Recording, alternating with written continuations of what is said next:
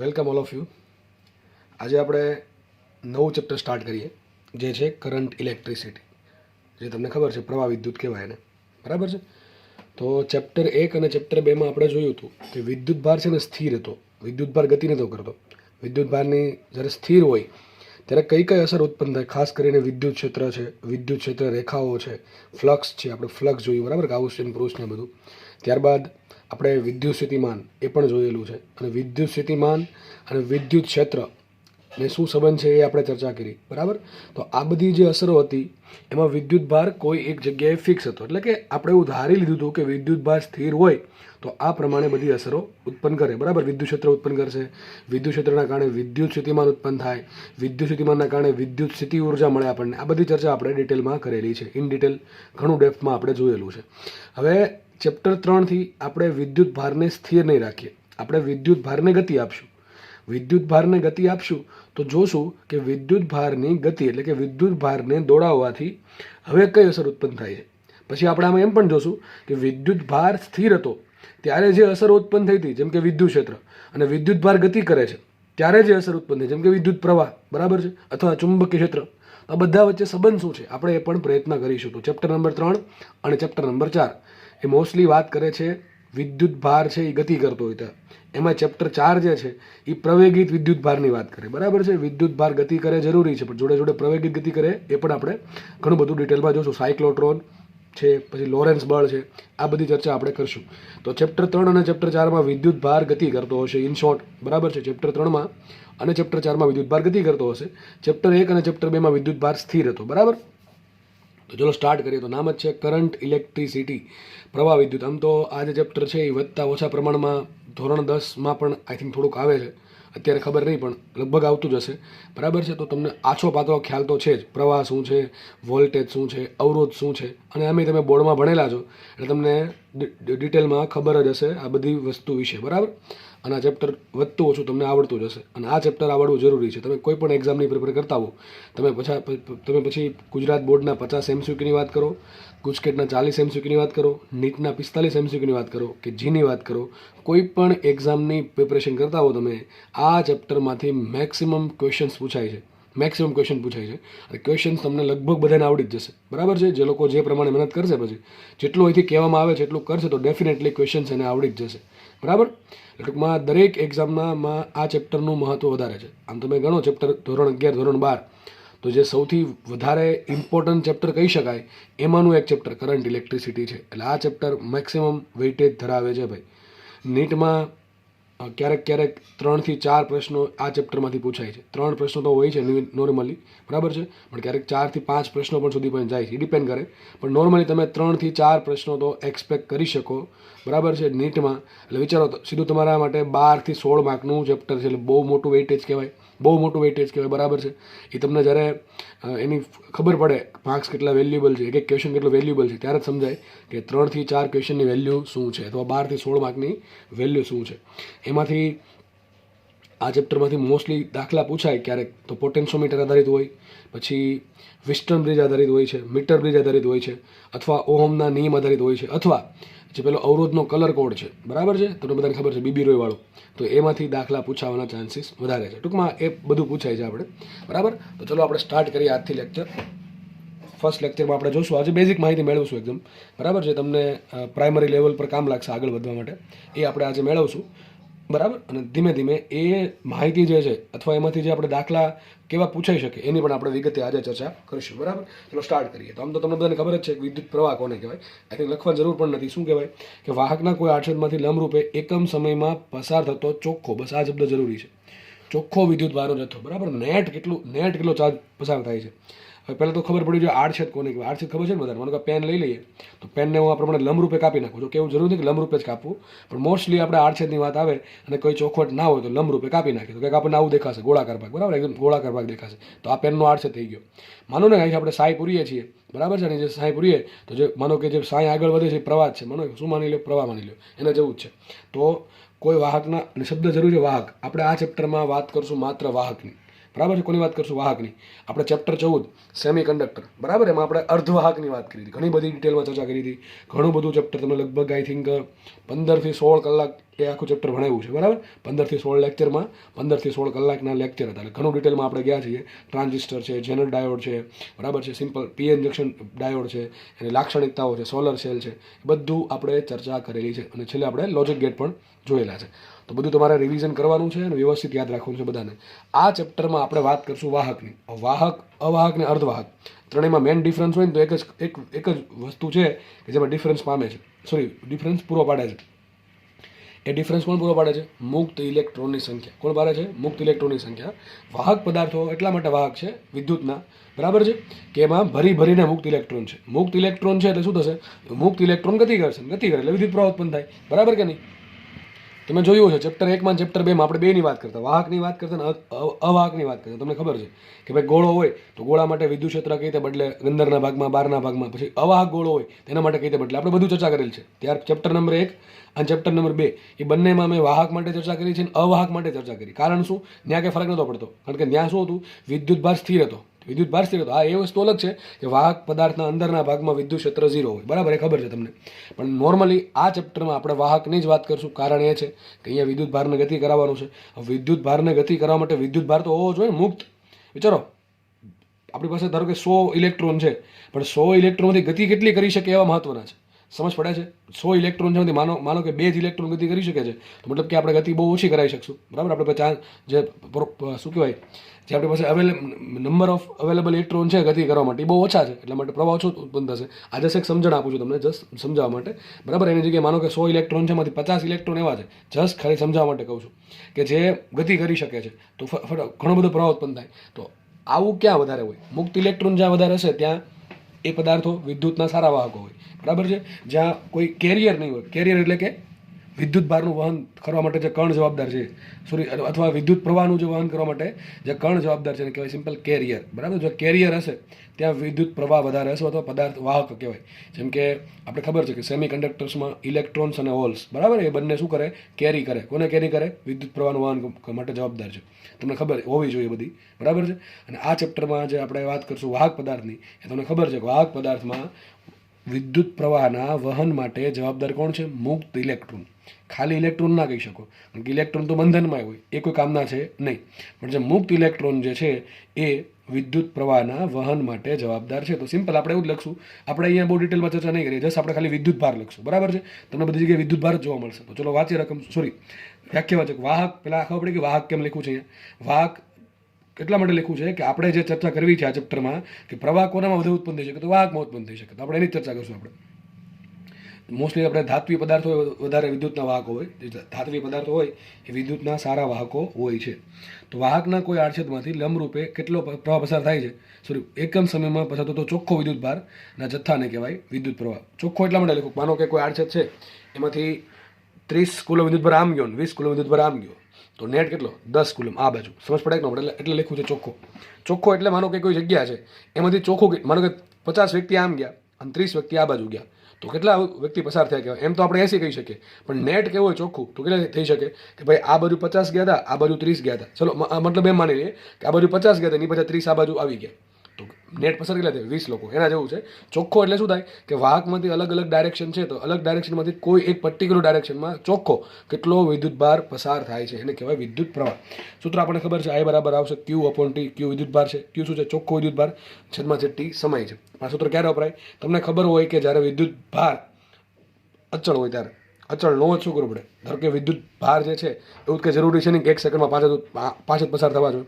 એવું બને 1 સેકન્ડમાં 5 પસાર થાય, બીજી સેકન્ડમાં 10 પસાર થાય, ત્રીજી સેકન્ડમાં 20 પસાર થાય, આવું થતું હોય, તો મતલબ કે વિદ્યુત ભાર જે છે એનું જે પસાર થવાનો દર જે છે એ અચળ નથી. તો આ કેસમાં વિદ્યુત પ્રવાહ અચળ નહીં હોય. સૂત્ર કયું વાપરવાનું? I બરાબર dq/dt. આ બધું બેઝિક ચાલે છે, બધું બેઝિક છે, બરાબર છે. સૂત્ર કયું આવશે? I બરાબર dq/dt. દાખલા કયા પૂછે? ચલો આપણે એમાં ચર્ચા કરી લઈએ. પહેલી વાત તો આમાંથી દાખલો પૂછવાનો ચાન્સ બહુ ઓછા છે. આ ગુજરાત બોર્ડમાં પૂછી શકે, વિદ્યુત ભાર આપી દે, સમય આપી દે, પ્રવાહ શોધો, પૂછે. હવે પૂછે, આવું પણ પૂછી શકે ગુજરાત બોર્ડમાં. પણ જેમાં નીટમાં કે આઈ થિંક ગુજકેટમાં આપણે એવો તો કોઈ ચાન્સ છે નહીં તમને સિમ્પલ આવો દાખલો પૂછે. તો દાખલા કઈ રીતે પૂછે? જો હવે આ ચેપ્ટર છે ને એ તમારે એ રીતે તૈયાર કરવાનું છે કે બધામાં કામ લાગી જાય. જોકે બધા ચેપ્ટર તમે હું એવું માનું છું કે એ પ્રમાણે તૈયાર કરતા હશો કે તમે ગમે એક્ઝામની તૈયારી કરતા હો, મારી બુક તમને અથવા જે મારા લેક્ચર છે બધામાં કામ લાગે, બરાબર છે. તો આ પણ એમ જ તૈયાર કરવાનું છે કે બધામાં કામ લાગશે, બરાબર. ચલો ફટાફટ આપણે આગળ વધીએ. તો ચલો માનો કે વિદ્યુત ભાર જે છે એ સરખા દરથી પસાર થતો નથી, તો સૂત્ર શું આવે? કંઈ નહીં, આઈ બરાબર ડી ક્યુ બાય ડીટી. તમને ખબર છે આઈ બરાબર ડી ક્યુ બાય ડીટી. બરાબર. તો આ ડી ક્યુ બાય ડીટી એટલે શું થાય? ક્યુનું ટી સાપેક્ષે વિકલન. તો શું આવશે? ક્યુ ડોટ. ક્યુ ડોટ પણ કહી શકાય આને. ક્યુનું ટી સાપેક્ષે વિકલન મતલબ કે તમને શું આપ્યું છે ખબર છે? ક્યુ છે ને ક્યુનું સમીકરણ આપ્યું છે સમય સ્વરૂપે. ક્યુનું સમીકરણ આવું આપ્યું હોય, ક્યુ બરાબર T square plus 2t plus 1. ચલો એવું કંઈક આપ્યું છે અને કીધું પ્રવાહ શોધો. કંઈ નહીં કરવાનું, શું કરવાનું? ક્યુનું ટી સાપેક્ષે વિકલન કરીએ, શું મળશે? પ્રવાહ મળશે. એક વસ્તુ ખબર પડી ગઈ. તો એ આ ટાઈપ 1 દાખલા થઈ ગયા. પહેલા પ્રકારના દાખલા આ ટાઈપના હશે. ઘણી વખત ઉલટું પૂછે, ઘણી વખત સાલા ઉલટું પૂછે. અહીંયા વિદ્યુત ભાર આપે, સમય આપે એટલે પ્રવાહ મળશે. ક્યારેક થાય ઉલટું, બરાબર. પ્રવાહ આપી દે, સમય આપી દે એટલે અથવા પ્રવાહનો સમય આધારિત સંબંધ આપી દે, બરાબર, રિલેશન, અને મને વિદ્યુત ભાર પૂછે તો કંઈ નહીં, આપણે શું કરશું? અહીંથી આપણે કરતા બનાવીએ ડીક્યુને. કોને કરતા બનાવીએ? ડીક્યુને. તો ડીક્યુ બરાબર શું થાય? આઈ ડીટી. શું થશે? ડીક્યુ બરાબર આઈ ઇન્ટુ ડીટી. તો બે બાજુ શું કરીએ? બે બાજુ કરીએ સંકલન. તો શું આવશે? ક્યુ બરાબર સંકલન આઈ ડીટી. શું થશે? ક્યુ બરાબર સંકલન આઈ ડીટી. આપણે ડિટેલમાં ચર્ચા કરીએ છીએ. આપણને બધાને ખબર છે કે જે પ્રવાહ છે આઈ, એનો એકમ છે એમ્પિયર નામના વૈજ્ઞાનિકની યાદમાં કેપિટલ એ, બરાબર છે. અને વિદ્યુતભાર ક્યુ છે એ પણ આપણે કુલમના નામના વૈજ્ઞાનિકની યાદમાં આપીએ છીએ. તો આનો એસઆઈ એકમ વિદ્યુતભારનો થઈ ગયો કુલમ, અને પ્રવાહનો થઈ ગયો એસઆઈ એકમ એમ્પિયર, બરાબર. તો સૂત્રો મૂકી દઈએ. ચલો સિમ્પલ. એ બરાબર થાય કુલમ બાય સેકન્ડ. એ બરાબર કુલમ બાય સેકન્ડ. એ બરાબર કુલમ બાય સેકન્ડ, અથવા કુલમ બરાબર એમ્પિયર ઇન્ટુ સેકન્ડ. તો ampere is equal to coulomb per second લખી શકાય, અથવા કુલમ બરાબર એમ્પિયર ઇન્ટુ સેકન્ડ લખી શકાય. એમાં જે એમ્પિયર છે ને એ તમને ખબર છે કે જે એસઆઈ એકમની જે 7 મૂળભૂત રાશિ છે, 7 મૂળભૂત રાશિ, એમાંનો એક એકમ છે એમ્પિયર. તમને ખબર છે એસઆઈ એકમની કુલ 7 મૂળભૂત રાશિ છે, બરાબર છે, તમને યાદ હોવી જોઈએ. તો એ 7માંથી એક કયો છે? એમ્પિયર છે. તો આપણે બેઝિક એકમ આ મૂળભૂત એકમ છે, એમ્પિયર છે, એ મૂળભૂત એકમ છે. તો બીજા બધા જે વિદ્યુતને લગતા એકમો છે ને એ બધા આપણે એમ્પિયર સ્વરૂપે દર્શાવશું. એટલે મેં લખ્યું છે કુલમ બરાબર એમ્પિયર ઇન્ટુ સેકન્ડ. અને તમને ખબર છે સેકન્ડ એટલે સમયનો એકમ છે, જે પણ મૂળભૂત રાશિ છે. આ 7માંની એક રાશિ કઈ છે? સમય પણ છે. તો કુલમ બરાબર એમ્પિયર ઇન્ટુ સેકન્ડ. આ બે મૂળભૂત એકમ કહેવાય, બરાબર, એમ્પિયર અને સેકન્ડ. આ મેં સાઈડમાં બતાવ્યું છે કે માનો કોઈ વાહક છે. હવે મેં આપણે આ ચેપ્ટરમાં આડછેદને બતાવવા માટે આપણે આ પ્રકારની આકૃતિનો ઉપયોગ કરશું. હવે આ હકીકત આવું નથી. માનો કે આ હાથ છે, બરાબર, એનાથી મને સમજી લો કે આનો જે આ ભાગ હશે, બરાબર, આ ભાગ થોડું કાપી નાખવામાં આવે તો કંઈક આવું દેખાશે, મને એક ગોળ ભાગ દેખાશે. તો જસ્ટ એ 3D વસ્તુને 2Dમાં બતાવવા માટે આપણે આવું ચિહ્નનો યુઝ કરશું. તો આ થઈ ગયો આડછેદ. ધારો કે આડછેદનો એરિયા કેપિટલ એ છે. કેટલો છે? કેપિટલ એ. જો કેપિટલ એ અને એમ્પિયર બે અલગ અલગ વસ્તુ. જો સંજ્ઞા બતાવું છું. આ એકમ છે, આ સંજ્ઞા છે. તો માનો કે આ આડછેદ જે છે એનો કુલ એરિયા છે કેપિટલ એ, અથવા આડછેદ છે એનો ક્ષેત્રફળ છે કેપિટલ એ, બરાબર. અને આ આડછેદમાંથી માનો કે લંબરૂપે, ઘણા કહે છે આડછેદમાંથી સમાંતર પસાર થાય. અરે ભાઈ, આડછેદ આ પ્રમાણે, આડછેદ છે આ પ્રમાણે, અને કરંટ આ પ્રમાણે પસાર થાય, બરાબર છે. કરંટ જાય છે આ બાજુ. તો આડછેદમાંથી લંબરૂપે, આ આડછેદમાંથી લંબરૂપે, બરાબર. આ આડછેદ છે ને આપણે આમ સીધો કરી દઈએ તો આવું કંઈક દેખાશે આપણને હથેળી, બરાબર. માનો કે પદાર્થ ગોળાકાર છે, પદાર્થ જે છે એ ગોળાકાર છે, બરાબર, એનો આડછેદ ગોળાકાર છે, તો આપણને સાઈડમાંથી થોડુંક આવું દેખાશે, બરાબર, લંબગોળ જેવું. તો બસ આપણે આડછેદને બતાવવા માટે આ પ્રકારની સંજ્ઞાનો ઉપયોગ કરશું. આવું તમને શીખવાડ્યું છે ધોરણ 11માં, બરાબર છે. ઘન પદાર્થ યાંત્રિક ગુણધર્મોમાં આપણે આડછેદ લીધો તો એમાં ત્યારે આવું શીખવાડેલું છે, બરાબર. તો આજે પ્રવાહ છે એ આડછેદને લંબરૂપે પસાર થાય છે. કેટલો પ્રવાહ પસાર? ધારો કે વિદ્યુત ભાર પસાર થયો ટી સમયમાં ક્યુ, ચોખ્ખો વિદ્યુત ભાર ક્યુ જેટલો પસાર થયો ટી સમયમાં, તો કેટલો વિદ્યુત ભાર આવશે? વિદ્યુત પ્રવાહ આઈ બરાબર ક્યુ બાય ટી, બરાબર. ખબર પડી ગઈ. હવે આ પહેલાં જેવું છે, હું તમને મિત્રો પહેલાં જેવું છે. કયા કોના જેવું? યાદ કરો, વી બરાબર ડીએક્સ બાય ડીટી હતું. વી બરાબર હતું ડીએક્સ બાય ડીટી, અને એક્સ બરાબર શું હતું? સંકલન વી ડીટી. શું હતું? સંકલન વી ડીટી. તો આના જેવું જ છે. યાદ કરો, એક્સ વિરુદ્ધ ટીના આલેખનો ઢાળ શું આપે? વી આપે. એક્સ વિરુદ્ધ ટીના આલેખનો ઢાળ શું આપે? વી આપે. અને વી વિરુદ્ધ ટીના આલેખ વડે ઘેરાતું ટી અક્ષ પરનું ક્ષેત્રફળ શું આપે? એ આપે. સોરી, એક્સ એટલે અંતર આપે. એના જેવું જ આ ભાઈ છે, જુઓ. તમને ક્યુ વિરુદ્ધ ટીનો આલેખ આપ્યો હોય તો કીધું પ્રવાહ શોધો, તો શું કરવાનું? એનો ઢાળ. આ બધું જાતે તમારે લખી નાખજો, તમારા ચોપડામાં જાતે લખી નાખજો. ક્યુ વિરુદ્ધ ટીના આલેખનો ઢાળ શું આપે? પ્રવાહ આપે. અને ધન જ લેવાનું. પ્રવાહ કેવો હોય? ધન જ હોય. પ્રવાહ ઋણ હોય નહીં, બરાબર છે. તો મોસ્ટલી તો દાખલા પૂછશે આમાંથી તમને. ક્યુનું કંઈક સમીકરણ આપી દઈ, આઈનું કંઈક સમીકરણ આપી દઈ, અને ક્યુ પૂછે અથવા આઈ પૂછે. દાખલા તમને આપણે ગણીએ. ચલો હમણાં ગણીએ જ છીએ, બરાબર. તો ખાસ યાદ રાખવું. ઓકે, આગળ વધીએ. જોઈએ દાખલો શું છે. જો શું કહે છે, કોઈ વાહકના આડછેદમાંથી પસાર થતો ચોખ્ખો વિદ્યુત ભાર ક્યુ બરાબર 40², આપણે ક્યુનું સમીકરણ આપ્યું, Q is equal to 40² + 3t + 5 coulomb મુજબ આપી શકાય છે. તમે જોઈ શકો છો એ જેમ જેમ સમય વેરી થશે, સમય બદલશે, એ પ્રમાણે ક્યુ બદલશે. હવે ક્યુ બદલે ડેફિનેટલી જે પ્રવાહ છે એ પણ બદલશે, બરાબર. તો ક્વેશ્ચન એમ છે, તો વાહકના આડછેદમાંથી ટી બરાબર 4 સેકન્ડ, સોરી, તમે ચોખ્ખું કીધું છે કે ભાઈ ચોથી સેકન્ડે પ્રવાહ શોધવાનો છે. તમે આમાં અલગ અલગ સમય મૂકો, તમને અલગ અલગ વિદ્યુતભારનો જથ્થો મળે. મતલબ કે કોઈ સમયગાળા વચ્ચે ચોક્કસ પ્રકારનો વિદ્યુતભાર પસાર થયો હશે, ચોક્કસ માત્રામાં વિદ્યુતભારનો જથ્થો પસાર થયો હશે. તો ક્વેશ્ચન એમ છે ચોથી સેકન્ડને જસ્ટ પ્રવાહ શોધવાનો છે. તરત મગજ ચાલી જવું જોઈએ કે ક્યુ બરાબર આપણને આપ્યા છે ક્યુ ઇઝ ઇક્વલ ટુ 40² + 3t + 5 બરાબર આવું આપ્યું છે, કુલમમાં આપ્યું છે. અમારે શોધવાનું છે પ્રવાહ બરાબર છે. મને ડાયરેક્ટલી ઘણા શું કરે ખબર છે આમાં ટી બરાબર 4 મૂકી દે, ટી બરાબર 4 મૂકી દે પછી કંઈક વિદ્યુત ભારનો જથ્થો આવી જશે એ 4 નો વર્ગ ગુણ્યા 4 + 3 ગુણ્યા 4 + 5 એ ક્યુ મળી ગયો પછી શું કરે ક્યુ ભાગ્યા 4 કરી નાખે પછી ક્યુ ભાગ્યા ટી. અરે ટોપા એમ ન હોય, એમ ક્યારે હોય વિદ્યુત ભાર તમને ચોખ્ખો કીધો જોઈએ આટલો જ છે ત્યારે કરી શકો બરાબર કે વિદ્યુત ભાર અચળ છે બદલતો નથી દરેક સેકન્ડે સરખો જ પસાર થાય છે તો કરી શકો. અહીંયા કરી શકશો નહીં કારણ કે સમય બદલે છે અને પછી એમ પણ છે ક્યુ પ્રપોર્શનલ ટુ ટી સ્ક્વેર પણ છે ક્યુ પ્રપોર્શનલ ટુ ટી² + ટી એમ લખી શકાય બરાબર છે. તો ક્યુ છે એ સમય પર આધારિત છે એટલા માટે આપણે ડાયરેક્ટલી વાપરી શકશું. અને કરવું શું પડે ખબર છે બધાને વિકલન. તો આઈ બરાબર શું આવશે આઈ બરાબર આવે dq/dt અને આના વિકલનમાં કોઈ તકલીફ હશે નહીં. 4 × 2 = 8 8t + 3 શું થશે 8t + 3 તમને પ્રવાહનું સમીકરણ મળી ગયું i = 8t + 3. કંઈ નહીં આમાં શું કરવાનું છે તમે અલગ અલગ સમયે તમારે શું મૂકવાનું છે અલગ અલગ સમયે તમે સમય મૂકો તમને અલગ અલગ સમયે વિદ્યુત પ્રવાહ કેટલો છે એ મળી જાય. તો દેખાય છે આપણને કે ભાઈ ટી બરાબર 4 મૂકી દઈએ તો ટી બરાબર 4 લેતા આપણો ક્વેશ્ચનનો આન્સર ટી બરાબર 4 સેકન્ડ લેતા કરંટ શું આવશે I = 8 × 4 + 3 એટલે 8 ચોક 32 32 ને 3 35 એમ્પિયર. આ તમારો જવાબ. સોરી આપણે આમ લખશું સિમ્પલ 35 એમ્પિયર બરાબર. આ જવાબ તમારો થઈ ગયો. ઓકે તો આવું પૂછાય તો ઠીક છે બાકી આવું લગભગ નહીં પૂછાય બરાબર. સિમ્પલ વસ્તુ સિમ્પલ આટલી બધી. ચલો નેક્સ્ટ દાખલો જોઈ લઈએ. તો જસ્ટ આપણે તમને કદાચ પૂછી નાખે ને ના આવડે એવું ના બને એવું તો બનવું જ ના પાછું. ઇઝી છે પણ એવું નહીં કે પૂછે તો ન આવડે પાછું બરાબર છે. આ બધું આવડવું જોઈએ, ઇઝી આવડવું જોઈએ, અઘરું આવડવું જોઈએ, બધું જ આવડવું જોઈએ. આગળ વધીએ આપણે શું કહી દીધું વાહકમાંથી વહેતો પ્રવાહ કરંટ I બરાબર હું લખી દઉં છું અહીંયા I = 60² + 4t + 2 એમ્પિયર મુજબ બદલે છે. પ્રારંભિક વિદ્યુત ભાર જો આ પ્રવાહની વાત છે, આ પ્રવાહની વાત છે. કેટલો પ્રવાહ છે 60² + 4t + 2. ટૂંકમાં જે પ્રવાહ છે અચળ નથી, પ્રવાહ કંઈક આ સમીકરણ મુજબ બદલે છે બરાબર છે. ક્વેશ્ચન એમ છે કે પ્રારંભિક વિદ્યુત ભાર ટૂંકમાં ઓલરેડી 20 કુલમનો વિદ્યુત ભાર તો હતો જ. તો ક્વેશ્ચન એમ છે તો ટી બરાબર 3 સેકન્ડથી ટી બરાબર 5 સેકન્ડના સમયગાળા દરમિયાન આડછેદમાંથી વહેતો વિદ્યુત ભાર શોધો. જો ઊંધું કીધું દાખલો ઊંધો કીધો છે. આમાં શું હતું વિદ્યુત પ્રવાહમાંથી પ્રવાહ શોધો, વિદ્યુત ભારમાંથી પ્રવાહ શોધો. અહીંયા વિદ્યુત પ્રવાહમાંથી આપણે વિદ્યુત ભાર શોધવાનો છે. કંઈ નહીં આપણને કોણ હેલ્પ કરશે આપણને હેલ્પ કરશે સમીકરણ. ચલો કયું સમીકરણ આપો છો વિચારો. તો મને પ્રવાહ આપ્યો છે અને મારે વિદ્યુત ભાર શોધવાનો છે. કંઈ યાદ ન હોય આ તો યાદ રહી I બરાબર dq/dt. તો dq બરાબર આવશે idt અને dqમાંથી d કાઢવા માટે શું કરીએ સંકલન કરીએ શું આવશે q = ઇન્ટિગ્રેશન ઓફ idt. શું થશે q = integration of idt. Simple.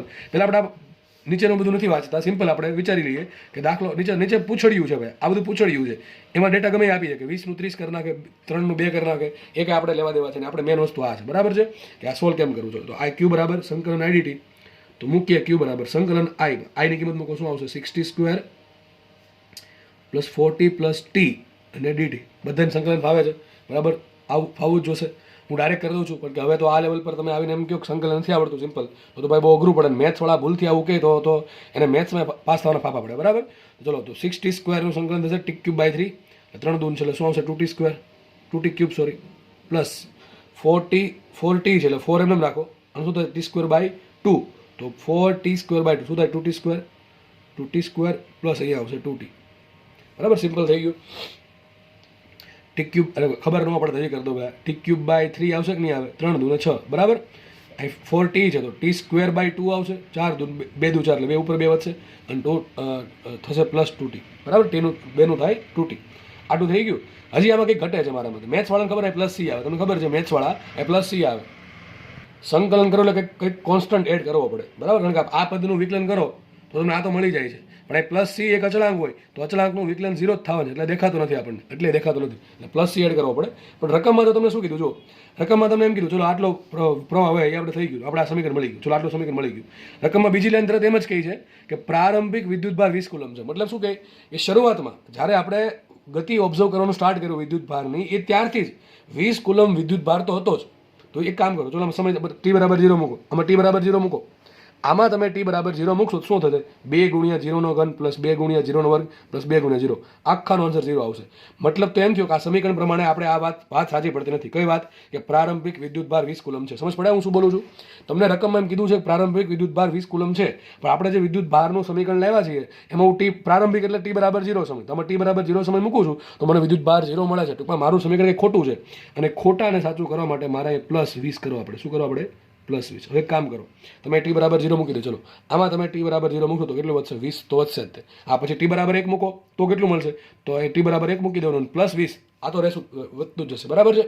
આ પદ આખું વધતું જશે ને 20 અચલ છે, એટલે પ્લસ ધીમે ધીમે ટી બરાબર 2 મૂકો, ટી બરાબર 3 મૂકો, ટી બરાબર 4 મૂકો, એમ તમને અલગ અલગ સમયે અલગ અલગ વિદ્યુત ભારનો જથ્થો મળશે. હવે ક્વેશ્ચન વાંચે, ખબર પડી ગઈ? આટલી વસ્તુ ખબર પડી ગઈ? આવું કંઈ ના આપે તો શું કરવાનું? બસ આ તમારો જવાબ છે. તો તમારો જવાબ આવી ગયો. હવે આ ક્વેશ્ચન વાંચે. ક્વેશ્ચન શું કહે છે? ટી બરાબર 3 સેકન્ડથી લઈને ટી બરાબર 5 સેકન્ડ સુધીના સમયગાળામાં કેટલો વિદ્યુત ભાર પસાર થયો છે? ચોખ્ખો વિદ્યુત ભાર કેટલો પસાર થયો છે? તે કામ કરીએ, આપણે શોધી નાખીએ. જો હું તમને આ પહેલાં જવું અંતર, આ કોના જેવું બતાવજો? આના જેવું. વી બરાબર ડી એક્સ બાય ડીટી હોય તો એક્સ બરાબર શું થાય? વી ઇન્ટુ ડીટી સંકલનમાં. બરાબર કે નહીં? તો એને જવું છે. આ એક્સ બતાવે, અંતર બતાવે. બરાબર છે?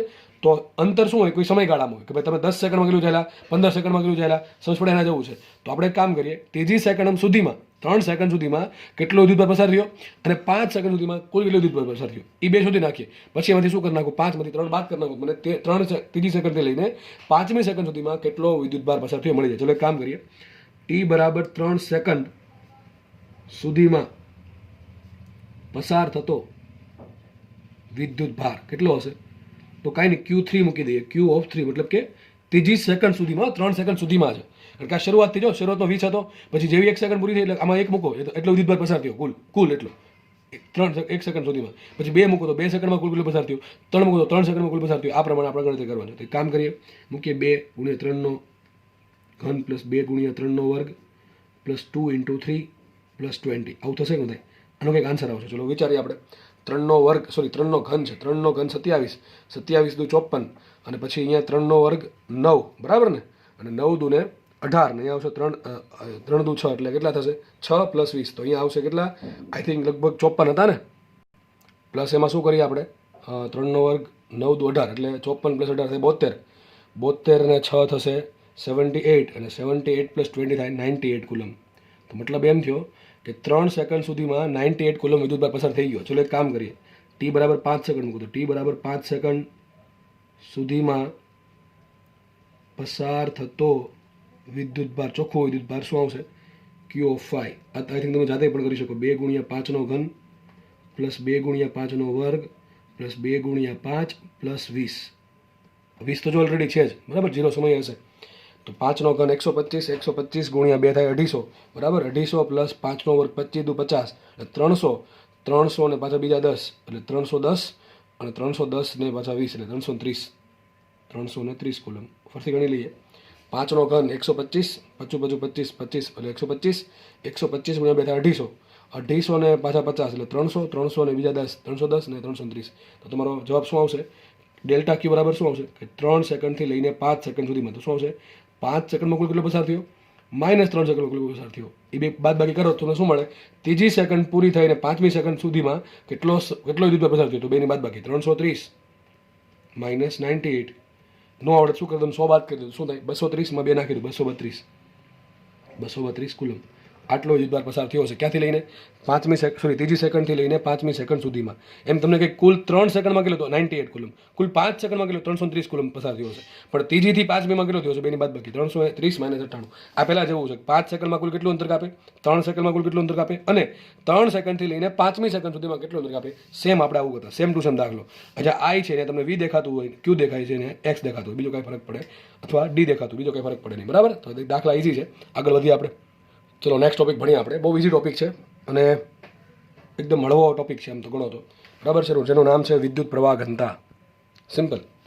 આમ તો મેં તમને એવું યાદ રાખ્યું છે કે ભાઈ ઘનતા છેદમાં આવે, સોરી ઘનતા શબ્દ આવે તમારે શું કરવાનું? છેદમાં કદ મૂકવાનું. પણ આ એક અપવાદ છે, એક જ અપવાદ છે આખા ફિઝિક્સમાં, એ તમારે યાદ રાખવાનું છે કે ઘનતા શબ્દ આવે તમારે શું કરવાનું છે? વિદ્યુત પ્રવાહ, તો વિદ્યુત પ્રવાહ તો ચલો ઉપર આવશે, ખબર પડી ગઈ. અને નોર્મલ તમને એમ કહું છું, વિદ્યુત પ્રવાહ આવ્યો તો વિદ્યુત પ્રવાહ ઉપર મૂકવાનું, ઘનતા આવ્યું છે તમે શું મૂકવાનું? કદ મૂકવાનું. પણ આમાં ખાલી એક યાદ રાખજો, કદ નહીં મૂકવાનું, એરિયા મૂકવાનું. શું મૂકવાનું? એરિયા મૂકવાનું. કારણ કે વિદ્યુત, આનું કારણ શું? વિદ્યુત પ્રવાહ જે પસાર થાય છે તને લેવા દેવા કોણ જોડે છે? આડછેદ સાથે. કોની જોડે છે? આડછેદ સાથે છે. આડછેદનું શું હોય? ક્ષેત્રફળ હોય, કદ હોય. ક્ષેત્રફળ હોય એટલા માટે એક ક્ષેત્રફળ આવે છે, બરાબર છે. બાકી નોર્મલ કેસમાં જો કદ જોડે લેવા દેવા, જેમ કે સંખ્યા હોય તો સંખ્યાને કોણ જોડે લેવા દેવા? આડછેદ આરે કે આખા કદ આરે? આખા કદ સાથે, કે ભાઈ આખા કદમાં કુલ કેટલી સંખ્યા છે તો ત્યાં કદ આવે, સમજ પડે? તો ખાલી એક જ એક્સેપ્શન છે, આ એક જ એવો કેસ છે જે તમારે ખાલી યાદ રાખવાનો છે કે વિદ્યુત પ્રવાહ ઘનતા, તો વિદ્યુત પ્રવાહ ઉપર આવશે, ઘનતા છેદમાં શબ્દ ઘનતા એવો, એટલે શું કરવું પડે? કદ મૂકવું પડે. પણ કદ નહીં મૂકવાનું, શું મૂકવાનું? ખાલી એરિયા મૂકવાનું. સૂત્ર તમને આપી દીધું મેં, શું મળી ગયું? જે બરાબર આઈ અપોન એ. આ નોર્મલ વાત છે. જે બરાબર શું થાય? આઈ અપોન એ, બરાબર છે. વિદ્યુત પ્રવાહ ભાગ્યા એરિયા. એરિયા કેવું લેશો? આડછેદનો એરિયા. જે આડછેદ માટે તમારે વિદ્યુત પ્રવાહ ઘનતા શોધવી છે એ આડછેદનો એરિયા લેવો પડે, બરાબર. અહીં સિમ્પલ સમજૂતી આપી છે. માનો કે કોઈ આડછેદ છે, બરાબર, કોઈ આડછેદ છે, એનો એરિયા આ પ્રમાણે છે. માનો કે આ એક આખો પદાર્થ છે, આખો પદાર્થ સીધો આ પ્રમાણે હતો, બરાબર, કરંટ આ પ્રમાણે અસર થાય છે. આ એનો થઈ ગયો આડછેદ, બરાબર. આ આડછેદ છે તો આ આડછેદનું ક્ષેત્રફળ ક્યાં હશે? યાદ રાખજો, તમને ખબર છે ગાઉસના નિયમ વખતે અથવા જ્યારે તમને વિદ્યુત ફ્લક્સ સમજાવ્યું ત્યારે તમને એરિયાની સમજૂતી આપી હતી ક્ષેત્રફળ સદિશની. ક્ષેત્રફળ સદિશ ક્યાં હોય? યાદ કરો હંમેશા સપાટીને લંબ બહાર તરફ. તો આ માનો કે આ એરિયા, આ કયો એરિયા છે? ક્રોસ સેક્શન એરિયા છે. બરાબર, જે ક્રોસ સેક્શન એરિયા છે તો ક્રોસ સેક્શન એરિયાને લંબરૂપે હંમેશા સદિશ બહાર હશે. તો જે પેનની જે દિશા છે, પેનો જે આ જે પોઈન્ટ બતાવે એ કઈ દિશા છે? એ દિશા છે આડછેદના ક્ષેત્રફળ સદિશ. શું છે? આડછેદનો ક્ષેત્રફળ સદિશ. આ કીધેલું છે ક્યાં? ચેપ્ટર નંબર 1 માં. તો ક્ષેત્રફળ સદિશ ક્યાં હોય? હંમેશા સપાટીને લંબ બહાર તરફ. આપણે વાત કરીએ કોની વાત કરીએ છીએ? આડછેદની. તો આડછેદ જે છે એનો ક્ષેત્રફળ સદિશ ક્યાં હશે? એને લંબ બહાર તરફ. તો ધારો કે આ આડછેદનો એરિયા કેપિટલ એ છે, આડછેદનો એરિયા કેપિટલ એ છે, તો ક્ષેત્રફળ સદિશનું મૂલ્ય કેટલું? એરિયા જેટલું. દિશા ક્યાં? બહાર તરફ, બરાબર. આ પ્રમાણે આવશે, બરાબર છે. અને માનો કે આડછેદમાંથી આ પ્રમાણે કરંટ પસાર થાય છે, તો આપણે આ કેસમાં શું જોવા મળ્યું? આ કેસમાં એવું જોવા મળે છે કે જે આડછેદ છે એ અને પ્રવાહ છે એ બે એકબીજાને લંબ છે. આ પ્રમાણે છે, દેખાય છે? આ પ્રમાણે છે. આડછેદ ને પ્રવાહ એકબીજાને લંબ છે. અથવા ધ્યાનથી સમજજો, અથવા એમ કહી શકો કે આડછેદનો જે ક્ષેત્રફળ સદિશ અને પ્રવાહ આઈ બે સમાંતર છે. ફરીથી બોલું, ઘણા કેસે કન્ફ્યુઝન થયું. હું આડછેદની વાત કરું, આની વાત કરું, આની. આડછેદ એટલે આ થયો, આડછેદનો ક્ષેત્રફળ એટલે આની વાત કરું છું, બરાબર છે. ખાસ સમજો. તો એમ કહું છું કે આડછેદ અને પ્રવાહ એકબીજાને લંબ છે. સાચી વાત કે ખોટી? સાચી વાત. આ કેસમાં જુઓ તમે, આ આડછેદ થઈ ગયું અને કરંટ આમ છે, એટલે બે એકબીજાને લંબ છે. અથવા એમ કહી શકો આડછેદ છે એનો ક્ષેત્રફળ, અને એટલે હું આની વાત કરું, સદિશ એની. તો સદિશ એ અને આઈ એકબીજાને કેવા છે? સમાંતર છે. આપણા આ કેસમાં સમાંતર છે. તો આ કેસમાં, આવા સિમ્પલ કેસમાં કે જેમાં પ્રવાહ છે એ આડછેદને લંબ રૂપે પસાર થતો હોય, અથવા તો જે ક્ષેત્રફળ સદિશ છે એ પ્રવાહને સમાંતર હોય, તો એવા કેસમાં વિદ્યુત પ્રવાહ ઘનતા સિમ્પલ સૂત્ર શું આવે? જે બરાબર આઈ અપોન એ. પણ એમાં કરંટ અને એરિયા બધું અચળ હોય તો સૂત્ર આપણે આ સિમ્પલ વાપરશું, જે બરાબર આઈ બાય એ. શું વાપરશું? જે બરાબર આઈ બાય એ. અથવા આઈને કરતા બનાવો તો આઈ બરાબર શું થાય? આઈ બરાબર જે એ. શું થશે? આઈ બરાબર જા. પેલો આપણે વડોદરા સાઈડ જઈને નામ કે આઈ જા. શું કહે? આઈ જા. તો આઈ જા, બરાબર, એના જેવું છે. તો આઈ ઇઝ ઇક્વલ ટુ જે એ, બરાબર. જે પ્રવાહ ઘનતા છે, વિદ્યુત પ્રવાહ ઘનતા, અને એ છે આડછેદનો એરિયા, અને આઈ છે કરંટ, બરાબર છે. તો સૂત્ર આવડી ગયું. સૂત્ર યાદ રાખવાનું છે, ઘણી જગ્યાએ કામ લાગશે. અને દાખલો જો પૂછવો હશે તો અહીંથી નહીં પૂછે, અહીંથી પૂછશે. હવે માની લો આ ઘડીક સાઈડમાં આપણે જઈએ. હવે માનો કે એવું બનતું હોય ને કે સર ક્યારેક કે જે આડછેદ છે એવું થોડું જરૂરી આપણે હંમેશા લંબ જ લેવો પડે. ચલો આપણે આ પ્રમાણે લઈ લઈએ, આડછેદ આ પ્રમાણે લઉં છું.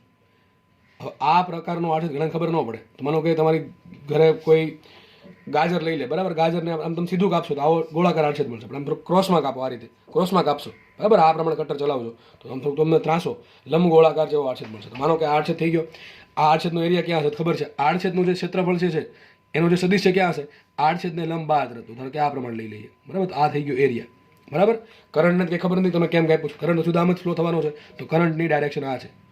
અને યાદ રાખજો, જે દિશામાં કરંટ ફ્લો થતો હોય એ દિશામાં સદિશ જે હોય. હવે તમને કહી દઉં, વિદ્યુત પ્રવાહ ઘનતા સદિશ રાશિ છે. આપણે નોર્મલી એને સદિશ રાશિ ગણીએ. જેમ કે ક્ષેત્રફળ છે એ સદિશ રાશિ ગણીએ ઘણી વખત. એ ડિપેન્ડ કરે કયા કેસ પર છે. ક્ષેત્રફળને આપણે ઘણી વખત સદિશ રાશિ ગણીએ છીએ. ઘણા નવા ઘરે ટોપા ફ્લક્સમાં એ સમજાવ્યું તો અહીંયા એ જ સમજાવું. આ સદિશ તો આવ્યું, બરાબર, મૂલ્ય પ્લસ દિશા. તો સદિશ ક્ષેત્રફળને આપણે ઘણી વખત સદિશ રાશિ લઈએ, અને આપણે જે વિદ્યુત પ્રવાહ ઘનતા છે એને પણ આપણે સદિશ રાશિ લઈએ છીએ. મેં તમને કીધું ક્ષેત્રફળ છે એનું મૂલ્ય કેટલું? એ. અને દિશા ક્યાં આવે? તો સપાટીને લંબ. જે ક્રોસ સેક્શન છે એ ક્રોસ સેક્શન સપાટીને લંબ બરાબર બહાર તરફ આવશે, અથવા સપાટીને લંબ, એવું યાદ રાખો ને. અને બધું જે છે એનું મૂલ્ય કેટલું? આઈ ભાગ્યા આઈ. દિશા કઈ? તો પ્રવાહની દિશામાં. યાદ રાખજો, વિદ્યુત પ્રવાહ ઘનતા ક્યાં હોય? વિદ્યુત પ્રવાહ ઘનતા હશે રહેવાજિક પ્રવાહ આઈની દિશામાં. તો આ જે દિશા છે જે પ્રવાહની, એ દિશા કોની થઈ જશે? જેની દિશા થઈ જશે. તો આ થઈ ગયું સદિશ છે, બરાબર છે. તો આ કેસમાં જો શું હતું? આ કેસમાં પ્રવાહ ક્યાં છે? આ દિશામાં છે, તો એ દિશામાં શું છે? જે હશે. તો આ કેસમાં જે અને એ બંને વચ્ચે એક જ દિશામાં છે. જે અને એ બંને એક જ દિશામાં છે, પણ આ કેસમાં જે અને એ એક દિશામાં નથી. ગોખતા નહીં, હજી કહું છું, ગોખતા નહીં, બરાબર છે. તો કરવાનું શું? કંઈ નહીં કરવાનું. જો આ સદિશ એ આ બાજુ છે, આ બાજુ છે, તે કામ કરીએ. મારે જે કોને કહેવાય? તો જે બરાબર સિમ્પલ આઈના છેદમાં આઈને લંબ ક્ષેત્રફળ, અથવા એવો ક્ષેત્રફળ સદિશ લેવો પડે કે જે આઈને સમાંતર. યાદ છે ને? ક્ષેત્રફળ સદિશ કેવો? કે જે આઈને સમાંતર હોય. તો શું મળે? જે બરાબર આઈ બાય. તો સદિશ એ છે ને, બે ઘટક પડશે. એક ઘટક આ બાજુ પડશે અહીંયા, અને એક ઘટક પડશે ઉપર. ચલો ધારો કે થીટા અહીંયા છે, તો આ ઘટક કયો પડશે? એ કોસ થીટા, અને આ ઘટક પડશે એ સાઇન થીટા. તો મેં સૂત્ર શું કીધું? જે બરાબર શું થાય? જે બરાબર થાય કરંટના છેદમાં એવો એરિયા કે જે કરંટને સમાંતર છે. એરિયા એટલે કેવો? સમાંતર. એરિયા એટલે હું ક્ષેત્રફળ સદિશની વાત કરું. કોની વાત કરું? ક્ષેત્રફળ સદિશની વાત કરું. તમારે એવો સદિશ પકડવાનો ક્ષેત્રફળનો કે જે કરંટને સમાંતર હોય. દેખાય કે નહીં? જોઈએ આપણે કયો કયો એરિયા લીધો? આ એ લીધું હતું. એ શું હતું? કારણ કે કરંટને સમાંતર હતું, એટલા માટે એ આવ્યું. તો વિચારો, બે એરિયા છે, એક તો એ સાઇન થીટા છે ને એક કોસ થીટા છે. આ બેમાંથી આ એક સદિશ થઈ ગયો, આ બીજો સદિશ થઈ ગયો. આ એ સાઇન થીટા અને એ કોસ થીટા, એ બંને સદિશમાંથી આઈની દિશામાં કયો છે? તો એ કોસ થીટા. તો છેદમાં શું આવશે? એ કોસ થીટા. બરાબર છે. આજે સાબિતી આપું છું, બરાબર છે. છેલ્લે જે રિઝલ્ટ આવે તમારે યાદ રાખવાનું છે આનું. તો જે બરાબર શું આવશે? જે બરાબર આઈ અપોન એ કોસ થીટા. એક કામ કરીએ આપણે, આઈને કરતા બને આઈ બરાબર શું થાય? આઈ બરાબર થાય જે એ કોસ થીટા. શું થાય? આઈ બરાબર થાય જે એ કોસ થીટા. પણ સર જે એ કોસ થીટા શું લખાય? જે ડોટે. શું લખાય? જે ડોટે. કારણ કે જે પણ સદિશ રાશિ છે અને એરિયા પણ સદિશ રાશિ છે. તો શું આવશે? આઈ બરાબર જે ડોટે. અને બંનેનો ડોટ ગુણાકાર થઈ અને અદિશ ગુણાકાર થઈને શું આવશે? અદિશ રાશિ આઈ આવશે. તો સૂત્ર આપણે આવી ગયું. એક્ઝેક્ટ સૂત્ર આ છે, આઈ બરાબર સદિશ જે ડોટ સદિશ એ. બરાબર છે. એનું સિમ્પલ વર્ઝન આ છે. એનું સિમ્પલ વર્ઝન આઈજા છે. કયું છે? આઈજા. આઈજા ક્યાંથી? અહીંથી આવે. હમણાં તમને કહું છું ક્યાંથી આવે. બરાબર. તો આઈ બરાબર આવશે જે ડોટ એ. અથવા માનો કે ઘણી વખત આ જે એરિયા છે અથવા જે છે એ અચળ ના હોય, જે છે એ સમગ્ર આડછેદ પર અચળ ના હોય, તો શું કરવું પડે? તો કંઈ નહીં, આપણે એનું સિમ્પલ વર્ઝન આઈ બરાબર શું આવે? સંકલન જે ડોટ ડીએ. આવું આપણે કરેલું પણ છે. સૂક્ષ્મ એરિયા લ્યો, એ સૂક્ષ્મ એરિયા પર સૂક્ષ્મ વિદ્યુત ભાર ઘનતા, સૂક્ષ્મ એરિયા લ્યો અને ધારો કે સૂક્ષ્મ એરિયા પૂરતી આપણે વિદ્યુત પ્રવાહ ફરતી બોલું છું, સૂક્ષ્મ એરિયા છે ડીએ, એ સૂક્ષ્મ એરિયા પૂરતું વિદ્યુત પ્રવાહ ઘનતા જેને અચળ લઈ શકાય. તો બંને વચ્ચે કેટલો કરંટ આવશે? કરંટ આવશે ડીઆઈ. ડીએ બરાબર આવશે જે ડોટ ડીએ, અને એનું કરી નાખીએ સંકલન, તો તમને મળશે આઈ બરાબર જે ડોટ એ. જે ડોટ ડીએ. તમારે આ યાદ રાખવાનું છે, તમારે આ પણ યાદ રાખવાનું છે. અને નોર્મલ કેસમાં આ યાદ રાખવાનું. 3 સમીકરણ થયા. 3 સમીકરણ ફરજિયાત યાદ રાખવાના છે. બરાબર છે. મેં તમને સાબિતી અહીંયા આપી દીધી. ઓકે. તો ચલો, પ્રવાહ ઘનતા તમને સમજ પડી જવી જોઈએ. ખાસ 3 સૂત્ર ફરીથી કહું છું. આઈ બરાબર જે ક્યારે વપરાય? સિમ્પલ. જો આ ક્યારે વપરાય ખબર છે? એક તો જુઓ, જો કંઈ લખ્યું જ છે, આઈ બરાબર લખી દીધું આમ તો બધું. આઈ બરાબર જે ડોટ ડીએ છે. માનો કે તમને ખબર છે કે જે અચળ છે, જે બદલતું નથી, પાક્કું છે. જે બદલતું નથી એ પાક્કું છે. તો આપણે શું કરશું? જે સદિશ જેને સંકલનની બહાર કાઢી નાખીએ તો શું આવશે? અહીંયા જો જે અચળ હોય, સદિશ જે અચળ હોય, તો શું આવશે? આઈ બરાબર સદિશ જે બહાર આવી ગયા, ડોટ ગુણાકારે બહાર આવી જશે. વચ્ચે શું? સંકલન ડીએ. પણ સંકલન ડીએ શું કહેવાય? અરે સંકલન ડીએ ને કહેવાય સૂક્ષ્મ ક્ષેત્રફળોનું બધું સંકલન, એને કહેવાય કુલ ક્ષેત્રફળ. તો આ સૂત્ર શું બની જશે? જે ડોટ એ. શું બની જશે? જે ડોટ એ. હવે માનો છૂટો પડો શું લખાય? આને છૂટો પડો આમ લખાય જે એ કોસ થીટા. શું લખાય? જે એ કોસ થીટામાં થીટા બરાબર 0 મૂકો. થીટા બરાબર 0 એટલે શું થાય? જે અને એ એક જ દિશામાં છે. તો જે દિશામાં છે એ દિશામાં એ છે. એ સદિશ એ આમ, આ એરિયા કેવી રીતે હશે? એરિયા આ રીતે હશે. એરિયા કેવો હશે? જેને લંબ હશે. પણ ક્ષેત્રફળ દિશ કેવો હશે? જેને સમાંતર હશે. બસ આ વસ્તુ ખબર પડવી જોઈએ. તો સૂત્ર શું આવી જશે? જે એ આઈ જે એ કોસ 0. કોસ 0 થાય 1, તો સૂત્ર શું આવી ગયું? આઈ બરાબર જે એ. તો બધા સૂત્રોનો બાપ અહીંયા છે. આ મેન સૂત્ર છે હકીકતે. આ સૂત્ર મેન છે. કયો? જે બરાબર આઈ બરાબર સંકલન જે ડોટ ડીએ. સૂત્ર શું છે? આઈ બરાબર સંકલન જે ડોટ ડીએ. એમાં માનો કે જે અચળ છે તો બહાર કાઢી લ્યો, સૂત્ર બની જશે આઈ બરાબર જે ડોટ એ. એમાંય ખબર છે થીટા બરાબર 0 ડિગ્રી છે, તો સૂત્ર આવશે આઈ બરાબર જે. તો મેન સૂત્ર આ છે. એના પછી આનો જન્મ થયો, એના પછી આનો જન્મ થયો, પણ આપણે ઉલટા ગયા તમને સમજાવવા માટે. તો આ વિદ્યુત પ્રવાહ ઘનતાથી ખાસ યાદ રાખજો. બરાબર છે. વિદ્યુત પ્રવાહ ઘનતા સદિશ રાશિ. દિશા ક્યાં? વિદ્યુત પ્રવાહની દિશામાં. કોના પર ડિપેન્ડ કરે? પ્રવાહ પર અને કરંટ આઈ પર અને ક્ષેત્રફળ સદિશ એ પર. બરાબર. ઘણી વખત ઉલટું પૂછી નાખે, કંઈ વાંધો નહીં, આપણે એ પ્રમાણે કરશું. બરાબર કે નહીં? તો બસ આટલું છે ભાઈ. ખાસ બધાને આવડવું જોઈશે. અહીંથી બધાને ફરજિયાત અહીંથી આવડવું જોશે. ઓકે. ચલો, આપણે 1-2 દાખલા. થીટા લખ્યું. થીટા શું છે? ખાસ અહીંયા જે તમે છૂટું પાડશો તો આઈ બરાબર શું આવશે? જે ડીએ કોસ થીટા. શું આવશે? જે ડીએ કોસ થીટા. થીટા શું છે? થીટા યાદ રાખજો, ક્ષેત્રફળ સદિશ અને જે વચ્ચેનો ખૂણો. શું છે? ક્ષેત્રફળ સદિશ અને જે વચ્ચેનો ખૂણો છે. અહીંયા શું છે? ડીએ બરાબર આડછેદને લંબ. ડીએ ક્યાં હોય? હંમેશા આડછેદને લંબ હોય ને ભાઈ. દિશા આપી છે લા, આમાંનો આડછેદ આ પ્રમાણે. ડીએ ક્યાં છે? આ રીતે હશે કે નહીં હોય? તો કન્ફ્યુઝ થતા નહીં. મોટા ભાગે શું કરવું ખબર છે?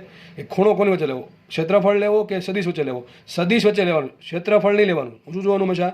ક્ષેત્રફળ સદિશ જોવાનું. અને ક્ષેત્રફળ સદિશ વચ્ચે ખૂણો બનાવવાનો. કોનો? જેનો. તો સાચો આન્સર મળશે, બાકી ખોટો આન્સર મળશે. એક દાખલો ગણી નાખીએ. દાખલો તમારી સ્ક્રીનની સામે છે, તમને એક આકૃતિ આપેલી છે. હવે હકીકત શું છે ખબર? ત્રણ વાયર છે, એમાં એક જાડો વાયર છે, વચ્ચે પતલો વાયર છે ને એક બહુ મોટો જાડો વાયર છે. સમજ પડે કે ને? ફરીથી કહું છું, 3 વાયર છે, એ ત્રણેયને સિરીઝમાં ગોઠવેલા છે. ત્રણેય વાયર કેવા છે? સિરીઝમાં છે. એક પહેલાં મોટો જાડો વાયર છે, પછી એકદમ પતલો વાયર, ફરી પાછું બહુ મોટો વાયર છે, બરાબર?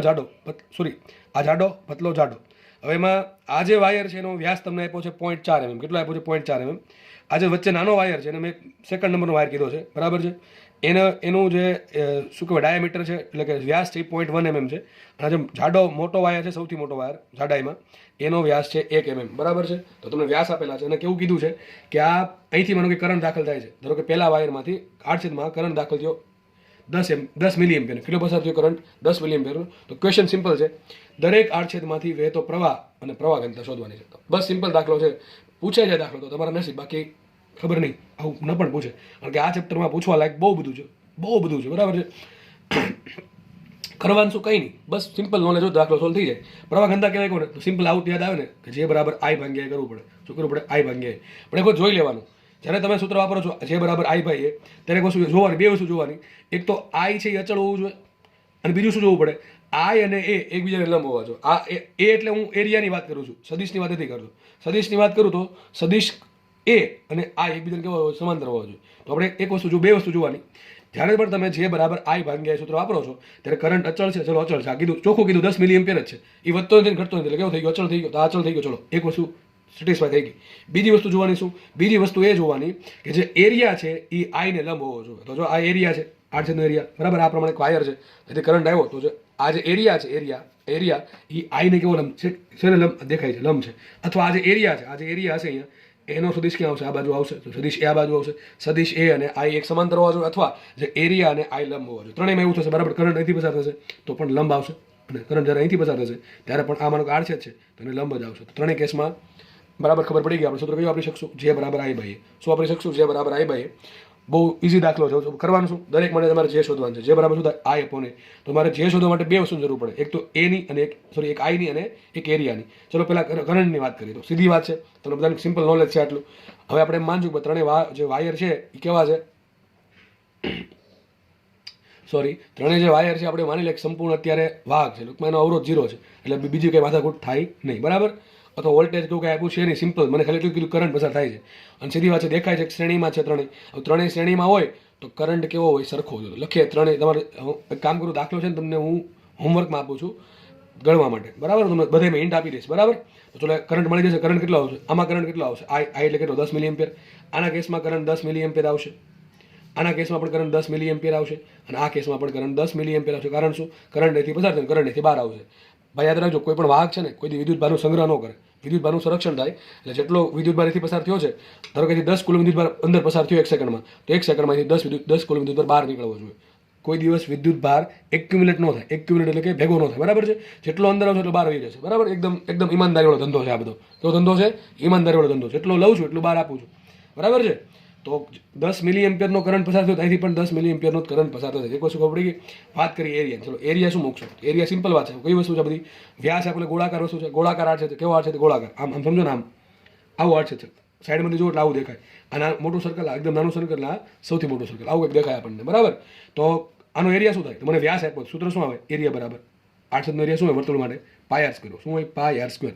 પણ તમને જ્યારે ત્રિજ્યાની જગ્યાએ વ્યાસ આપે ને તો તમારે આવું વિચારવાનું, આર બરાબર શું થાય? D/2. ત્રિજ્યા બરાબર થાય વ્યાસ ભાગ્યા 2, તેનો સ્ક્વેર કરો શું થાય? આર સ્ક્વેર બરાબર થાય D²/4. તમને સૂત્ર મેં આવું પણ આપેલું છે, પાય D²/4. તમને આ ખબર હોવી જોઈએ. સૂત્ર શું આવે? A બરાબર પાય D²/4. આવું પણ સૂત્ર વાપરી શકાય. ચલો હું પહેલા કેસમાં ફટાફટ શોધી નાખીએ આપણે. તો આ જે કેસ છે, બરાબર? આ પ્રમાણે વાયર જે છે, આ પ્રમાણે વાયર, એના માટે ડી તમને આપ્યું 0.4 mm. કેટલું આપ્યું છે? 0.4 mm. હું તમને આના માટે છે ને જે શોધીને બતાવું છું, બાકી બધા તમે જાતે મેળવી લેજો. કરંટ આપ્યો 10 મિલી એમ્પિયર. ચલો મૂકીએ કિંમત, તો J1 કહી દઈએ આને. આના માટે પ્રવાહ ઘનતાને J1 કહી દો. J1 બરાબર શું આવશે? J1 બરાબર I/A. ચલો મૂકીએ. I એમને રાખો. એરિયા શું છે? π/4 D². તો બસ તમારે આવું કરવાનું છે. 4π/πd/d². શું આવશે? 4π/πd². આના કેસમાં કેટલો આવશે? 4π/πd. એમાં d અલગ મૂકવાનું. આના કેસમાં કેટલું? 4π/πd². તો બધામાં જો આ ત્રણેયમાં આ પદ હરખું થઈ ગયું. કયું? 4i/π. કયું? 4i/π. સોરી, શું પદ આવશે? 4i/π. ભાંગે શું કરવાનું? ડિસ્કર કરવાનું છે તમારે. એક આદત સોલ્વ કરી દે તમને. જો તો એક કામ કરીએ, મૂકી દે કિંમત માટે. J1 બરાબર શું આવશે? 4 mm રાખો. કરંટ આપ્યો 10 મિલી એમ્પિયર, તો 10 એમનેમ રાખો. મિલીને કહેવાય 10⁻³ થઈ ગયું એમ્પિયરમાં, છેદમાં એમનેમ રાખીએ, પાઈ એમનેમ રાખીએ. અને ડી શું છે? ડી છે 0.4 mm. શું છે અહીંયા? 0.4 mm. એમએમને ફેરવી નાખીએ મીટરમાં, તો આવશે 10⁻³ એનો કરી દેવાનો સ્ક્વેર, અને બધું મળી જશે મીટર સ્ક્વેરમાં. તો આટલું તમે જાતે સોલ્વ કરશો એટલે તમારો શું આન્સર આવશે? J1 બરાબર સમથિંગ એમ્પિયર પર મીટર સ્ક્વેર. મળી ગયું કે ન મળી ગયું? તો આવો દાખલો ઇઝી છે, જાતે કરજો. બાકીના 2 દાખલા છે એ પણ તમારે જાતે સોલ્વ કરવાના છે, બરાબર છે. એમાં ભાઈ કંઈ છે નહીં, આ જે ડી છે બદલવાનો છે. આઈડી મૂકવાનું છે 0.1 mm, આ 0.4 છે. આઈડી મૂકવાનો 0 ને મૂકવાનો 1 mm, બસ આટલું સિમ્પલ છે. સાદું આપો એટલે તમારો આન્સર આવી જશે. તો આવા દાખલા પૂછાય તો તમારા રોકડા માર્ક્સ આવવા જોઈએ. ચલો હવે જે ભણાવ્યું છે એના આધારિત બીજા 2 દાખલા સોલ્વ કરીએ આપણે. એક આકૃતિ દેખાય છે તમને, બરાબર છે. આકૃતિમાં ખાલી તમને આકૃતિ આપી દીધી છે. નીચે ક્વેશ્ચન આવો છે કે આડછેદનો ક્ષેત્રફળ એ બરાબર 4 સેન્ટીમીટર સ્ક્વેર છે. આ આડછેદ છે, આ તમારો આડછેદ છે, ત્રાસો, બરાબર, થોડુંક ત્રાસો છે. એના માટે એ કેટલા છે? એ બરાબર 4 સેન્ટીમીટર સ્ક્વેર છે. તો જે શોધવાનું છે, ઘણા મનમાં સૂત્ર આવે જે બરાબર I ભાગ્યા A. ચલો મેં તમને 2 વસ્તુ કીધી, હમણાં 2 વસ્તુ કહી રહ્યો છું કે ડાયરેક્ટ સૂત્ર આ ક્યારે વાપરવાનું. તમે સૂત્ર જે બરાબર I અપોન A ડાયરેક્ટલી ક્યારે વાપરી શકો? એક તો પાકું કે તમને I અચળ હોવો જોઈએ, ખબર હોવી જોઈએ. તો ચલો I તો અચળ છે, દેખાય છે, I બરાબર 2 એમ્પિયર છે, એ અચળ છે. બીજું કે I અને A એકબીજાને લંબ હોવા જોઈએ. કેવા હોવા જોઈએ? લંબ હોવા જોઈએ. અથવા જે સદિશ A છે, સદિશ A અને I એકબીજાને સમાંતર હોવા જોઈએ, બરાબર કે નહીં? તો તમારે એવું વિચારવું પડે. તો આમાં તમે શું કરશો? વિચારો શું કરશો આમાં. ઘણા કહે છે I જે બરાબર I upon A cos θ. Theta શું લેશો? થીટા શું લેશો એ તમારે જોવાનું છે, તમારે જાતે વિચારવાનું છે, બરાબર કે નહીં? તારે ભાઈ કંઈ નહીં કરવાનું, કંઈ કરવાનું નહીં. હમણાં તમને સૂત્ર આવ્યું, યાદ હોય તો આપ્યું હતું, I બરાબર J cos θ. યાદ છે? J dot A. કંઈ નોટ આટલું આવડે કે ન આવડે? આમાં સૂત્રમાં પડવું નથી. ચલો આપણે આ સૂત્રમાં નથી પડવું. માનો કે આ તમને કન્ફ્યુઝિંગ લાગે તો જવા દો, કંઈ વાંધો નહીં, જવા દો એને. સૂત્ર સિમ્પલ, જે અચળ હશે, કારણ કે I અચળ છે ને એરિયા અચળ છે, બીજું કે બદલતું છે નહીં. એક વસ્તુ આપણે વિચારી શકીએ કે I બરાબર શું આવશે? J cos θ. શું આવશે? I બરાબર J cos θ. બસ આટલી ખબર પડી ગઈ મને. I બરાબર શું આવશે? J cos θ. ચલો જે ક્યાં હોય, હવે મારે દાખલો ગણો, જો મને I આપ્યું છે, મને એરિયા આપ્યું છે, મારે જે શોધવું છે ક્યારે મળે? cos θ મળે. તો બસ આવું વિચારો ને, સિમ્પલ, બરાબર છે. રકમમાં I આપી દીધું 2 એમ્પિયર, મને એરિયા આપી દીધો 4 સેન્ટીમીટર સ્ક્વેર. ઘટે શું? થીટા ઘટે. થીટા ઘટે તો જે મળી જાય, બરાબર છે. થીટા ક્યાંથી મળે? What is theta? તો બસ આ જરૂરી છે. તમે થિયરી સમજા નહીં હોય તો આ ખબર નહીં પડે. હમણાં મેં તમને થિયરી સમજાવી, એમાં મેં તમને કહી રહ્યો છું કે થીટા શું છે? સદિશ J અને સદિશ A વચ્ચેનો ખૂણો. સદિશ J ક્યાં હોય? હમણાં કીધું સદિશ J દિશા ક્યાં હોય? જે દિશામાં પ્રવાહ છે એ જ દિશામાં સદિશ J હોય. તો પ્રવાહ કઈ દિશામાં છે? પ્રવાહ આમ જાય છે, તો સદિશ J આ પ્રમાણે છે. ચલો સદિશ J થઈ ગયો આ બાજુ, સદિશ J આ બાજુ છે, સદિશ J પ્રવાહ દિશામાં છે, બરાબર, આ તરફ છે. સદિશ A ક્યાં હોય? તો આડછેદને હંમેશા લંબ તરફ, આડછેદને હંમેશા લંબ. સદિશ A ક્યાં હોય? હંમેશા આડછેદ આ પ્રમાણે, વિચારો, આડછેદ આ પ્રમાણે હોય, સીધો હોય આડછેદ, તો એ આમ હશે. થોડોક ત્રાસો થયો, એ પણ ત્રાસો થઈ જશે. તો એ ક્યાં આવશે? દેખાય છે આપણને કે ભાઈ હું 1 મિનિટ દોર દઉં, એક આ ટાઈપનું આવશે, આ થઈ ગયો એ, બરાબર કે નહીં? જો ઘણા સર આમ ન થાય તો ભાઈ એમ થાય, તો થોડું વિચાર કરો. આડછેદ આમ હોત, આમ તો આમ ઉપર જાત, બરાબર. આડછેદ આ પ્રમાણે હોત તો એ આમ આવે, બરાબર છે. આડછેદ આ પ્રમાણે હોત તો એ આમ આવત. આડછેદ આ પ્રમાણે છે તો એ નીચે આવશે. સમજ પડે કે ન પડે? તો અહીંયા આપણા કેસમાં એ નીચે આવશે આ રીતે. તો આ થઈ ગયો સદિશ A. ચલો તો મારે કોનું કામ છે? થીટાનું કામ છે. થીટા શું છે? સદિશ J અને સદિશ A વચ્ચેનો ખૂણો. હવે આ દેખાય સીધી વાત છે કે આ સમાંતર બાજુ આપ્યું છે, આ લંબ છે. આ ખૂણો કેટલો? 90 ડિગ્રી હોય. આ ખૂણો કેટલો? 30 ડિગ્રીનો હોય કે ન હોય? ફરીથી કહું છું, આ ખૂણો કેટલો હોય? 90 ડિગ્રીનો, બરાબર કે નહીં ભાઈ? કારણ કે હું એમ કહું છું આ અને આ બે પેનનો ખૂણો કેટલો આવશે? 90 ડિગ્રી. એના જેવું છે, દેખાય છે. આ આડછેદ આ પ્રમાણે છે અને સમાંતર રેખા થઈ ગયા બ્લુ પેન છે. અને એરિયા ક્યાં લેવાનો? એરિયા લેવાનો લંબ, બરાબર છે. બે પેન કેટલો ખૂણો આવશે? 90 ડિગ્રીનો ખૂણો આવશે, એના જેવું જ છે આ. ઓકે, તો વિચારો તમે J અને A વચ્ચેનો ખૂણો કેટલો આવશે? 30 ડિગ્રી આવશે. થીટા બરાબર શું આવશે? થીટા બરાબર 30 ડિગ્રી આવે. મોટા ભાગના વિદ્યાર્થીઓ આમાં થીટા બરાબર 60 ડિગ્રી મૂકે, રોકડા 5 માર્ક ગયા, સીધા 5 માર્ક જશે. ગોખવું એટલા માટે, કારણ કે બીજી કઈ ખબર પડતી ન હોય. હંમેશા વિચારવાનું, આમાં કન્ફ્યુઝન થતું સૂત્ર આ, ચલો હું તો વાપરતા જ નહીં, આપણે આ વાપરી દેવાનું. I બરાબર J ડોટ સદિશ A, સદિશ J ડોટ સદિશ A. છૂટું પાડે શું થાય? J A cos θ. સીધી વાત છે, જે અચળ છે એ અચળ છે, આ અચળ છે, આપણે સંકલનની જરૂર પડશે નહીં. તો થીટા કેટલો આવશે? થીટા બરાબર 30 ડિગ્રી આવશે. જે આ પ્રમાણે છે અને એરિયા આ પ્રમાણે છે, બંને વચ્ચે એંગલ 30 ડિગ્રી છે. હવે તમારે જે બરાબર શું આવશે? જે બરાબર I અપોન A cos θ. તમે જાતે વિચારી લેજો શું આન્સર આવે.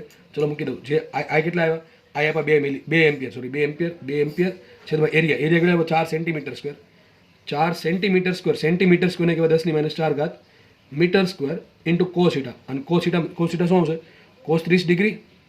અને cos 30 ડિગ્રીની કિંમત શું હોય? √3/2. શું હશે? √3/2, બરાબર ને? તો અહીંયા આવશે √3/2. ઓકે, બરાબર. બાકીનું તમે જાતે કરી નાખજો. એમ્પિયર પર મીટર સ્ક્વેરમાં આન્સર આવશે. ચલો આગળ વધીએ આપણે. નવો ક્વેશ્ચન. આડછેદમાંથી વહેતો પ્રવાહ I બરાબર 30 + 2t² મુજબ મળે છે. તો આડછેદમાંથી પ્રથમ 10 સેકન્ડમાં કેટલો વિદ્યુતભાર પસાર થતો હશે? સિમ્પલ ક્વેશ્ચન છે. વિદ્યુત પ્રવાહ આપ્યો છે ને કરંટ પેલો વિદ્યુતભાર પૂછો છો, શું કરશું? વિદ્યુત પ્રવાહ આપ્યો, ચલો I બરાબર શું આપ્યું? 30 + 2t². આનો દાખલો તમને હોમવર્કમાં આપવો જોઈએ, બરાબર? તો શું મળશે આપણે? Q મળે કે ન મળે? Q બરાબર શું થાય? સંકલન IDT. હવે આટલું ખબર પડે કે ન પડે? તો મૂકવામાં, ચલો I કેટલા છે? 30 + 2t² * dt. માટે Q બરાબર શું આવશે? 30t + 2t³ / 3. તો શું આવશે? માટે Q = આ જ આવી ગયું, બીજું તમે ખાતર થશે નહીં. તો Q તમને મળી ગયું. Q કેટલા મળ્યા? 30t + 2t³ / 3. આમ એ કરી શકો. હવે તમે ક્વેશ્ચન વાંચો. ક્વેશ્ચન શું કહે છે? પ્રથમ 10 સેકન્ડમાં. પ્રથમ 10 સેકન્ડ મતલબ શું થાય? t બરાબર 0 થી લઈને 10 સેકન્ડ પૂરી થાય ત્યાં સુધીમાં તમારે વિદ્યુત ભાર શોધવાનો છે. તો કામ કરવાનું, આમાં t બરાબર 0 મૂકો, તમને શું મળશે? 0 સમયે કેટલો વિદ્યુત ભાર છે એ મળશે. અને આમાં તમે t બરાબર શું મૂકો? 10 મૂકો, તો શું મળશે? 10 સેકન્ડ સુધીમાં કેટલો વિદ્યુત ભાર પસાર થયો એ મળશે. બે નહીં કરો, બાદ બાકી તો શું મળશે? શરૂઆતથી લઈને 10 સેકન્ડમાં કેટલો વિદ્યુત ભાર મળે એ મળે. સમજ પડે કે આપણે? ફરીથી કહું છું, હમણાં આપણે કીધું હતું ને, ત્રીજી સેકન્ડથી 5 સેકન્ડ, એને જેવું જ છે. તો આપણે Q મળી ગયું. આમાં તમે અલગ અલગ સમય મૂકો તો એ સમય સુધીમાં આ શું બતાવે? t સમય સુધીમાં કેટલો વિદ્યુતભાર પસાર થઈ ગયો છે. t 5 મૂકો તો 5 સેકન્ડ સુધીમાં કેટલો પસાર થયો એમ ખબર પડી જાય. તો આમાં તમે પ્રથમ 10 સેકન્ડ મતલબ શું થાય? શરૂઆતથી લઈને 10 સેકન્ડ. તો t બરાબર 0 મૂકવાનું, ત્યારે આપણને વિદ્યુતભાર કેટલો મળે છે? એ જો ધારો કે Q0 મળે, t બરાબર 10 મૂકો, ત્યાં સુધીમાં કેટલો વિદ્યુતભાર મળે? આપણે કંઈ કુલમમાં મળશે, આ તો 0 જ આવવાનું દેખીતી વાત છે, બરાબર છે. અને Q બરાબર 10 મૂકો તો એમાં કંઈક તમને મળશે. બે નહીં કરો, બાદ બાકી તો શું મળે? 10 સેકન્ડમાં કેટલો વિદ્યુતભાર પસાર થયો મળે. અને આમ ન કરો, શું લિમિટ મૂકી દેવાની 0 થી 10. તો દાખલો સોલ્વ થાય. મેથ્સ વાળા ખબર હશે, જેને લોકોને ન ફાવે આ પ્રમાણે, જેને આ રીતે ફાવતી હોય, બરાબર છે, ચાલશે. પણ હજી આનાથી શોર્ટકટ કરવી હોય, જો કે બે હરખું જ છે, લિમિટ મૂકો ને બાદબાકી થવાની છે. એ પછી બાદબાકી કરો, લિમિટ મૂકીને બાદબાકી કરો, બધું સરખું છે. મેથ્સમાં જે છે, જેને સમજ પડતી હશે અને ખબર પડતી હશે હું શું બોલું છું, તો ઘણા બાયોલોજી વાળા હશે જેને ખબર પડતી હું શું બોલું છું, તમે લિમિટ મૂકશો, બરાબર છે. લિમિટ કોની મૂકવાની? જેની આગળ, જેની સાપેક્ષે સંકલન થાય છે એની. તો કોની સાપેક્ષે સંકલન થાય છે? સમયની. તો સમયની લિમિટ આવશે 0 થી 10. હવે તમે આ સંકલન કર્યું, બરાબર છે, પછી લિમિટ છોડો 0 થી 10. તો પેલા શું મૂકશો? Upper limit minus lower limit. એ તો થયો અહીંયા, એ જ થયું છે. પેલા લોઅર લિમિટ વાળું પદ આવ્યું, અપર લિમિટ વાળું પદ આવ્યું, બેન બાદબાકી કરો તો વસ્તુ એક જ થઈ. તો બાદબાકી તમે અહીંયા કરો, નીચે કરો, બધું કઈ ફરક પડશે નહીં, બરાબર છે. તો આઈ થિંક આ દાખલો બધાને ક્લિયર હોવા જોઈએ. એક કામ કરીએ, આજે આપણે અહીંયા એટલું રાખીએ. નેક્સ્ટ લેક્ચરમાં આપણે આ ટોપિકને આગળ વધારીશું. ધન્યવાદ. જય હિન્દ.